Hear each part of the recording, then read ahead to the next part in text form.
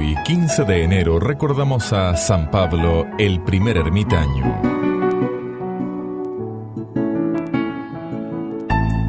San Pablo nació hacia el año 228 en Tebaida, una región que queda junto al río Nilo en Egipto y que tenía como capital a la ciudad de Tebas. Fue bien educado por sus padres, aprendió griego y bastante cultura egipcia, pero a los 14 años quedó huérfano. Era bondadoso y muy piadoso y amaba enormemente a su religión.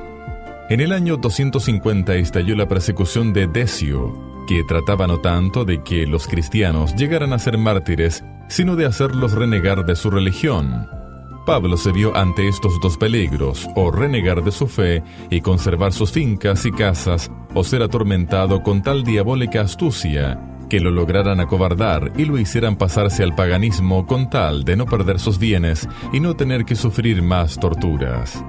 Como veía que muchos cristianos renegaban por miedo, y él no se sentía con la suficiente fuerza de voluntad para ser capaz de sufrir toda clase de tormentos sin renunciar a sus creencias, dispuso más bien esconderse.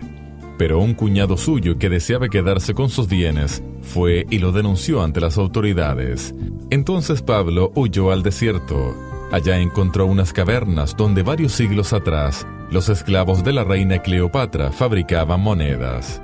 Escogió por vivienda una de esas cuevas, cerca de la cual había una fuente de agua y una palmera. Las hojas de la palmera le proporcionaban vestido, sus dátiles le servían de alimento, y la fuente de agua le calmaba la sed. Al principio el pensamiento de Pablo era quedarse por allí únicamente el tiempo que durara la persecución, pero luego se dio cuenta de que en la soledad del desierto podía hablar tranquilamente a Dios y escucharle tan claramente los mensajes que Él le enviaba desde el cielo, que decidió quedarse allí para siempre y no volver jamás a la ciudad donde tantos peligros había de ofender a nuestro Señor. Se propuso ayudar al mundo no con negocios y palabras, sino con penitencias y oración, y por la conversión de los pecadores. Dice San Jerónimo que cuando la palmera no tenía dátiles, cada día venía un cuervo y le traía medio pan, y con ello vivía nuestro santo ermitaño. Después de pasar allí en el desierto orando, ayunando, meditando, por más de 70 años seguidos, ya creía que moriría sin volver a ver rostro humano alguno y sin ser reconocido por nadie, cuando Dios dispuso cumplir aquella palabra que dijo Cristo: todo el que se humilla será engrandecido, y sucedió que en aquel desierto había otro ermitaño haciendo penitencia. Era San Antonio Abad.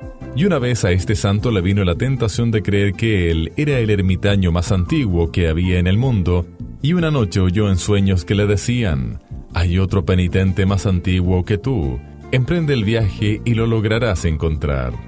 Antonio madrugó y después de caminar horas y horas, llegó a la puerta de la cueva donde vivía Pablo. Este, al oír ruido afuera, creyó que era una fiera que se acercaba y tapó la entrada con una piedra. Antonio llamó por un largo rato suplicándole que moviera la piedra para poder saludarlo.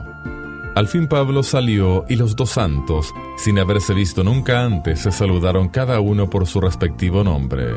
Luego se arrodillaron y dieron gracias a Dios, y en ese momento llegó el cuervo trayendo un pan entero.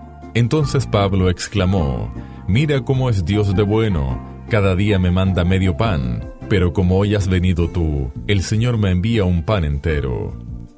Se pusieron a discutir quién debía partir el pan, porque el honor le correspondía al más digno, y cada uno se sentía más indigno que el otro.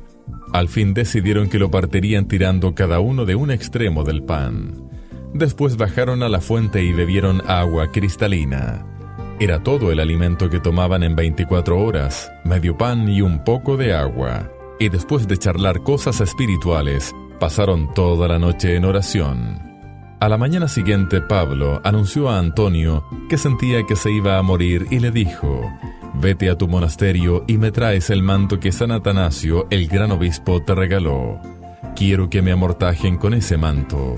San Antonio se admiró de que Pablo supiera que San Atanasio le había regalado ese manto y se fue a traerlo, pero temía que al volver lo pudiera encontrar ya muerto.